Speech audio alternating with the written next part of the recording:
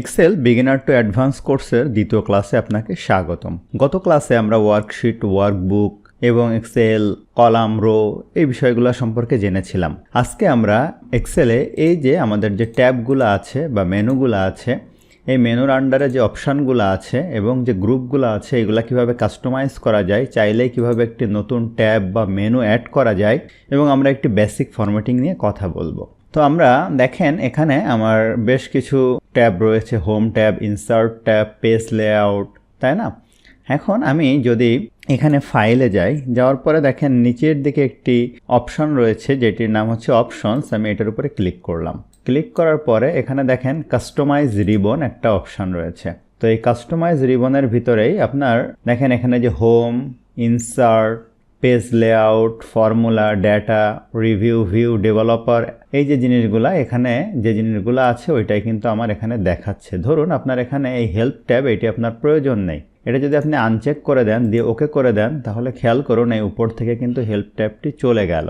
এখন আবার যদি আপনি আনতে চান, এই যে আপনাকে অপশনে যেতে হবে, যাওয়ার পরে এই যে কাস্টমাইজ রিবনে যেতে হবে, এখান থেকে আবার চেক ইন করে দিতে হবে। একইভাবে আপনার কম্পিউটারে এক্সেলে হয়তো আপনি ডেভেলপার ট্যাবটি পাবেন না, এখান থেকে আপনি চেক ইন করে দিলেই কিন্তু এই ডেভেলপার ট্যাবটি চলে আসবে। এবং এই যে প্রতিটা ট্যাব, যেমন ধরেন এই যে ইনসার্টের আন্ডারে দেখেন অনেকগুলো জিনিস আছে, যে টেবিল, ইলাস্ট্রেশন, এই যে টেবিলের আন্ডারে কি কি রয়েছে। এছাড়া যদি আমরা হোম দেখি, দেখেন এটার আন্ডারে ফন্ট আছে, ফন্ট গ্রুপ, ফন্ট ফ্যামিলি, বিভিন্ন জিনিস আছে। এখন আপনি হয়তো একটি নতুন ট্যাব আপনার নিজের মতো অ্যাড করতে চান, সেক্ষেত্রে আপনি এখানে যে নিউ ট্যাব এটার উপরে ক্লিক করবেন।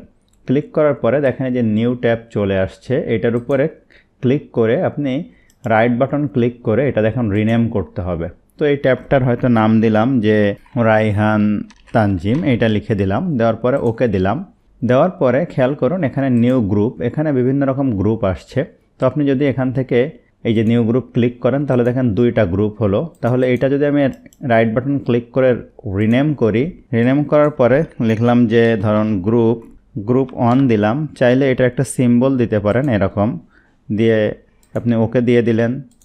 এরপরে আপনি যদি এইটা রিনেম করেন, করার পরে হচ্ছে গ্রুপ 2 লিখে দিলেন। দেওয়ার পরে এখান থেকে ওকে দিয়ে দিলেন। এখন এই গ্রুপের আন্ডারে আপনি আসলে কিভাবে বিভিন্ন রকম অপশানগুলো অ্যাড করবেন, যেমন আমার এই বাম পাশে দেখেন বিভিন্ন রকম কমান্ড আছে, পপুলার কমান্ড। এখান থেকে যদি আমি দেই অল কমান্ড, তাহলে যত রকম কমান্ড আছে সব এখানে চলে আসছে। তো আমি ধরুন পপুলার কমান্ডে সিলেক্ট করলাম। করার পরে আমি ধরুন ফন্টটা অ্যাড করতে চাই, এটার উপরে ক্লিক করি, করে এখানে অ্যাড দিলাম। তাহলে দেখেন গ্রুপ 1-এর আন্ডারে ফন্টটা চলে আসলো। এখন গ্রুপ 2-তে যদি কিছু অ্যাড করতে চাই, এটার উপরে ক্লিক করলাম, করে এখান থেকে আমি হয়তো ফরম্যাট সেলটা অ্যাড করতে চাই, তো আমি অ্যাড করে দিলাম। এরকম আরও অনেক জিনিস আপনি অ্যাড করতে পারেন। এখন আমি ওকে দিয়ে দিলাম। তো খেয়াল করুন এখন শেষের দিকে যে হেল্পের পরে যে রায়হান তানজিম চলে আসছে, এটার যে গ্রুপ 1-এ দেখেন ফন্ট আসছে, আর গ্রুপ 2-তে দেখেন এই যে ফরম্যাট সেল চলে আসছে।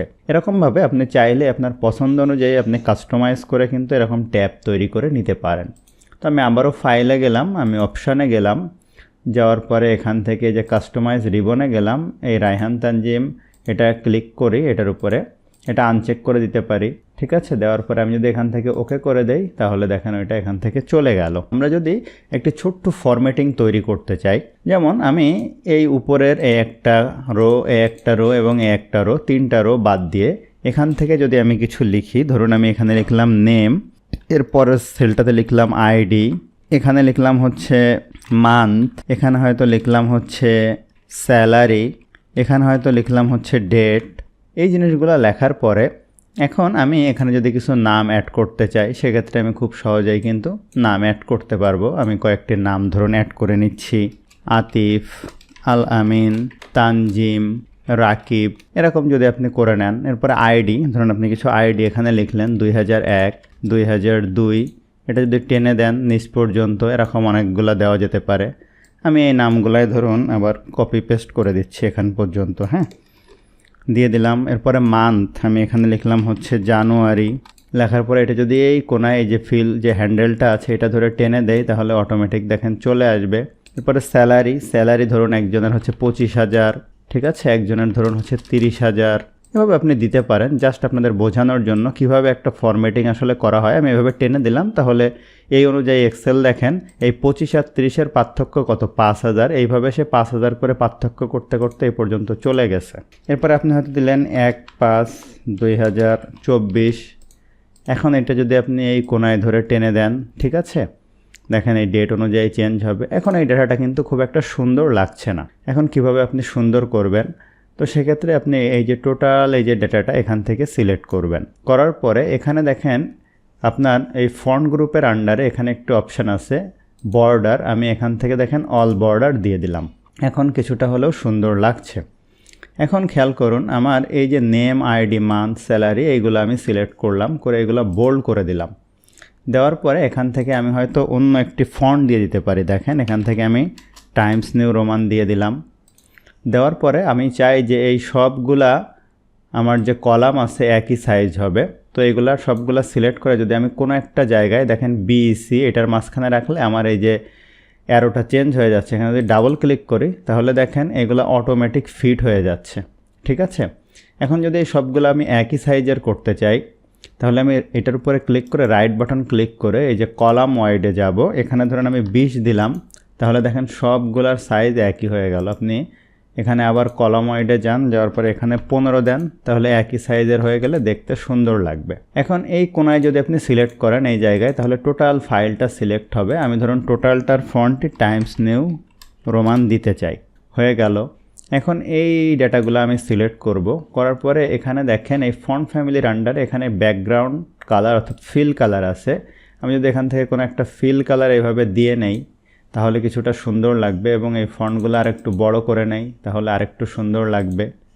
যদি আপনি মনে করেন এগুলো আর ফন্ট কালার চেঞ্জ করে আমি সাদা করে দিব তাহলেও হতে পারে, এটা ফুটছে ভালো, ঠিক আছে।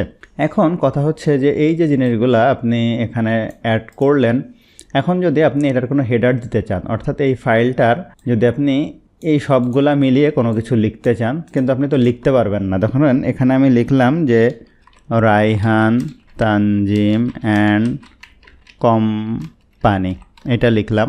এটা কিন্তু এই সেলের মধ্যে আসছে। আমি মাঝ বরাবর আসলে কিভাবে আনবো, তার জন্য কি করতে হবে, এই টোটাল এই পর্যন্ত সিলেক্ট করতে হবে। এখানে দেখেন অ্যালাইনমেন্টের মধ্যে একটা অপশান আছে মার্জ অ্যান্ড সেন্টার, এটার উপরে ক্লিক করলে দেখেন মাঝখানে চলে আসছে। এখন এখান থেকে আমি এই ফন্টটা সহজেই বড় করে নিতে পারবো, এবং দেখেন এখানে আমার যে মিডিল অ্যালাইন সিলেক্ট করলে এটা মিডিল বরাবর আসবে। এই রোটা চাইলে আমি এভাবে বড় করে নিতে পারি। যদি মনে করেন এটারও একটা ফিল কালার দিবেন এইভাবে আপনি দিয়ে নিতে পারেন, ঠিক আছে। এবং এই রোগুলার দূরত্ব যদি আপনি চেঞ্জ করতে চান এগুলো এখান থেকে সিলেক্ট করেন, রাইট বাটন ক্লিক করেন এখানে, করার পরে যে রো হাইট দেন এখানে 15 আছে, ধরেন এখানে আপনি 20 দিয়ে দেন, তাহলে সবগুলো একই সাইজের হয়ে যাবে। এখন ধরুন আপনি এখানে আর কোনো কিছু লিখতে চান, তাহলে এইগুলাও সিলেক্ট করে মার্জান সেন্টার দিয়ে দেন। এখন আপনি যেটা লিখতে চান সেটা আপনি 2 লাইনে লিখবেন। তাহলে লিখলাম যে স্যালারি রিপোর্ট, এরপরে যে জিনিসটা লিখবেন সেটা পরের লাইনে। যদি আপনি এক্সেলে এখানে ইন্টার দেন তাহলে কিন্তু দেখেন কি হয়, এটা পরের সেলে চলে যাচ্ছে। কিন্তু আমি এখানে কিভাবে লিখব, এখানে রেখে আমি কিবোর্ড থেকে কন্ট্রোল ইন্টার বাটন প্রেস করব, তাহলে দেখেন আরেকটা নতুন লাইন ক্রিয়েট হইল। এখন আমি লিখব ইয়ার, ধরুন যে 2024, এটা দিয়ে দিলাম। দিয়ে এখানে যদি কোনো একটা বর্ডার দিতে চাই, দেখেন এখানে একটি বর্ডার আছে থিক আউটসাইড বর্ডার, এটা কিন্তু মোটা দাগ। আপনি এই বর্ডারটাও কিন্তু এখান থেকে দিয়ে নিতে পারবেন। তো দেখেন এটা সুন্দর লাগছে। এখন এইটা আপনি চাইলে এইভাবে ছোট করে দিতে পারেন, তাহলে দেখেন, এবং এই ফন্টটা আপনি আর একটু বড় করে দিতে পারেন, এটা তাহলে আর একটু বড় করলেন, ঠিক আছে। এখন ধরুন এই যে স্যালারি শিট বা এই টাইপের একটা রিপোর্ট আপনি এক্সেলে তৈরি করলেন, এটার নিচে যদি সিগনেচার অ্যাড করতে চান তাহলে আপনি কিভাবে করবেন, আমরা দুইটা পদ্ধতি দেখতে পারি। যেমন আমি এই দুইটা সেল মিলে আমি এখান থেকে এই যে মার্জ করে নেই, ঠিক আছে। এটা যদি আবার আনমার্জ করতে চান এটার উপরে ক্লিক করে এই যে এটার উপর ক্লিক করলে আবার আগের মতো হয়ে যাবে। তো আমি এখানে দেখেন মার্জ করে নিচ্ছি। তো আমি হয়তো একজনের নাম এখানে দিয়ে দিলাম এমডি তানজিমুল কবির, এই যে অল্টার ইন্টার দিয়ে পরের লাইনে চলে গেলাম, ধরুন সিইও এটা লিখলাম, সে এখানে সাইন করবে। দেখেন এখানে কিন্তু তানজিমুলের পরে কবিরটা অটোমেটিক পরের লাইনে চলে গেছে, কারণ এই যে কলামটা, এই কলামের মধ্যে টোটাল তানজিমুল কবির ধরানো সম্ভব না। তাহলে কি হবে, এটা হয় আপনাকে ফন্ট সাইজ এভাবে ছোট করতে হবে, অথবা এইটা ধরে আপনাকে বড় করতে হবে, ঠিক আছে। অথবা আরেকটা কাজ করতে পারেন যে এই পর্যন্ত মার্কস করতে হবে। তাহলে দেখেন 3টা জিনিস করা যেতে পারে, ঠিক আছে।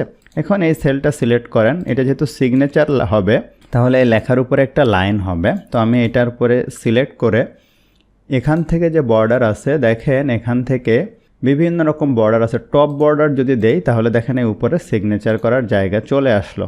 এখন আমি এখানেও ধরুন আরেকজনের সিগনেচার করার জন্য দিব, এই যে মার্জিন সেন্টার দিব। এটা এখানে হয়তো আরেকজনের নাম দিতে পারি বা এটা কপি করে এনে এখানে রাখতে পারি, ঠিক আছে। এখানে হয়তো আরেকটা নাম দিব যে আল আমিন এমডি, জাস্ট একটা দিলাম। কিন্তু এখন কথা হচ্ছে যদি এখানে আপনি চান যে এখানে আমি হয়তো 2 জনের নাম দিলাম বলে সুন্দর করে ধরাতে পারলাম, যদি 4 জনের নাম দিতাম সেটা আমি আসলে কিভাবে করব। সেক্ষেত্রে আপনি আরেকভাবে সিগনেচার অ্যাড করতে পারেন, সেটা আপনাদেরকে এখন দেখাই। এটার জন্য ইনসার্টে যেতে হবে, যাওয়ার পরে দেখেন যে শেপে যেতে হবে, এখান থেকে টেক্সট বক্স ড্র করতে হবে।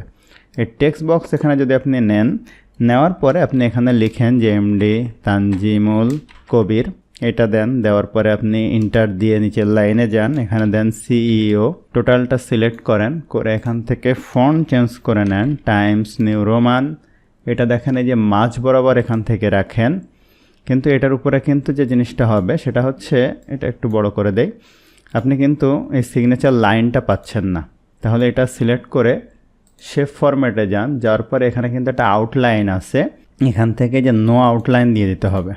এখন যদি আমি এটা প্রিন্ট প্রিভিউ দেখি, দেখেন কন্ট্রোল পি দেই, তাহলে দেখেন এটার উপরে কিন্তু কোনো লাইন নেই, কিন্তু এইগুলোর উপরে আছে। তো এটার উপরে লাইন যদি অ্যাড করতে চান ধরুন এই বরাবর রাখবেন।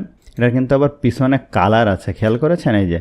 তাহলে এটার উপরে ক্লিক করে এই যে শেপ ফরম্যাটে গিয়ে শেপ ফিল থেকে নো ফিল দিতে হবে, তাহলে পিছনের কালারটা দেখা যাবে।